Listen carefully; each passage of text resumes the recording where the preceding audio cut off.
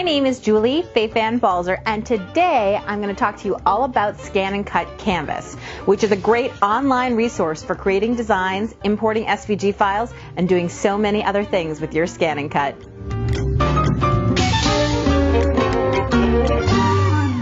So when you log on to ScanNCutCanvas.brother.com, you'll see that you can get started with a free account, all new, and it'll take you through some easy steps, or if you already have an account, you can log in. So that's just what I'm going to do.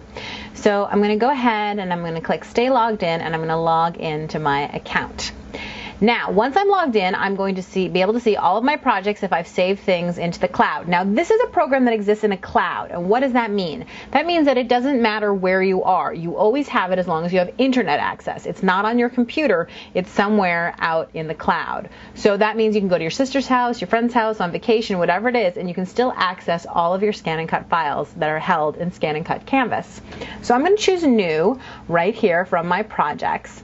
And looking at the screen now, there are a couple different things I want to show you. So the first is down the left side, you'll see this thing that says Pattern. And you can see there's basic patterns, and if I click on that, it'll let me see all the different basic patterns I can choose from, and I can hit the back button right here. I can click on border, and I can again see all the different border patterns for me to choose from, and again the back button makes it very easy. Logo. What is logo? Well, logo is going to be all those fancy words that they've put together for us, which is kind of cool, I think. And then of course there's going to be text, and you have a variety of really cool fonts to choose from. Now, if you go up across the top, you have this series of buttons. Now the thing is that actually all the functions that you see the buttons for are actually also located under the drop-down menu. So either way that your brain works, whether you're an icon person or a person who likes the drop-down menus, there's a way for you to do it in ScanNCut Canvas. So if we just go down these really quickly, if we go to the project drop-down menu, you'll see create new project, overwrite this project, save as another project, lots of different options here. Download for ScanNCut, that's really going to convert it to an FCM file, which is the file that ScanNCuts read.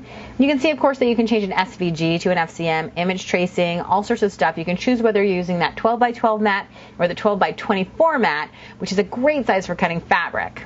And then, of course, back to your projects if you want to look at anything that's saved. Up under the Edit menu, it's all the stuff that you're already used to, whether you use Word or any other basic program. You're going to see Undo, Redo, Select All, etc., etc. I certainly don't have to read them all to you. You can take some time to explore what there is under each of these menus. And similarly with View, you can zoom in a lot so you can see exactly what you're doing. You can also show the cutting line, show the drawing line, so it lets you see exactly what you want and have just that little bit of extra control. So if the screen on the ScanNCut isn't quite big enough for you, this is another way that you can really see what you're doing. So why don't we try out pushing some of these icon buttons, which I think is kind of fun. So for instance, this one is known as the freehand draw. And what that's going to allow me to do, and I am switching to a pen tablet that I like to use, but you of course could use a mouse instead. But I'm going to go ahead and I can draw anything that I want. I can do some handwriting. I can add petals to a flower. Whatever it is, it becomes my own work of art right in here with my handwriting without even thinking about it. And that's kind of cool, right? Now, let's say that you want to do some basic welding. Well, let me show you how easy that is to do. So let's say I want to take a triangle, which I'm just going to go over here to Pattern and grab my triangle. Come on, baby. Come on over. And then let's say I want to take an arrow and attach it to the triangle.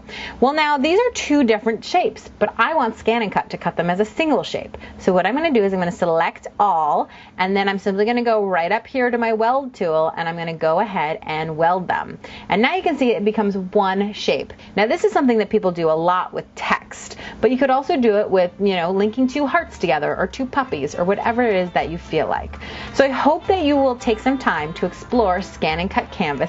It's easy to use, totally intuitive, and it just adds another dimension to the kinds of projects that you can create with your ScanNCut.